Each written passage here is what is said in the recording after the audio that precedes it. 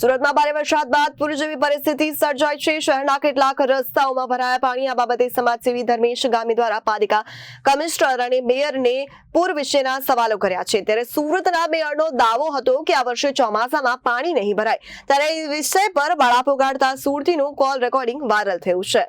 સુરતમાં ભારે વરસાદ બાદ પૂર જેવી પરિસ્થિતિ સર્જાઈ છે। શહેરના કેટલાક રસ્તાઓમાં ભરાયા હતા પાણી। ત્યારે આ બાબતે સમાજસેવી ધર્મેશ ગામી દ્વારા પાલિકા કમિશનર અને મેયરને પૂર વિશે સવાલ કર્યા છે। તો પાલિકા કમિશનર દ્વારા કોઈ પણ જવાબ આપ્યા વગર જ ફોન મૂકી દીધો હતો। ત્યારે સુરતના મેયરનો દાવો હતો કે આ વર્ષે ચોમાસામાં પાણી નહીં ભરાય। એ વિષય પર બળાપો કાઢતા સુરતીનું કોલ રેકોર્ડિંગ થયું વાયરલ।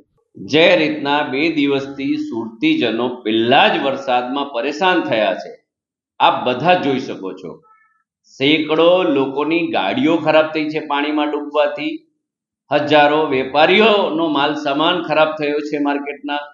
એસએમસી તંત્ર શું આપવાનું?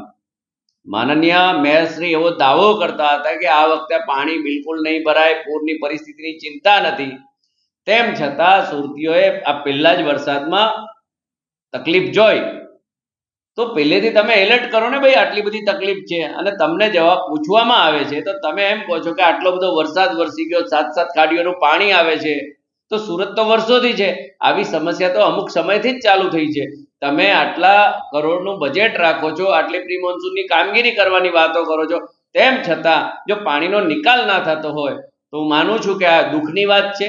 અને આ સુરતીજનોને જે તકલીફ થઈ છે, જે સામાનનું નુકસાન થયું, એ કોણ ભરપાઈ કરશે? એટલે તમે એલર્ટ પણ નથી કરતા અને ઢાક પીછોડો કરો છો કે આ માત્ર વધારે વરસાદ છે એટલે મેં કમિશનર સાહેબને પણ ફોન કર્યો, એમણે તો ફોન કાપી નાખ્યો। એમના પીએનો ફોન આવ્યો પછી પણ અમારી સુરતીજનોની જે અમે વ્યથા છે, અમે તંત્રને નહીં કહીએ તો કોને કહીશું?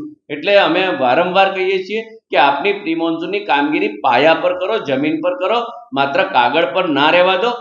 જે લાખો લોકોનું નુકસાન થઈ રહ્યું છે, બેહાલ થઈ રહ્યા છે, એનાથી અમને દુઃખ છે। એટલે આ બાબતથી ઘટતું કરી અને આવી મુસીબતમાં સુરતીજનોને ન નાખો। તંત્રએ તમને ચૂન્યા છે તો તમે વ્યવસ્થિત રીતે કામ કરો। Bureau report Janadesh news.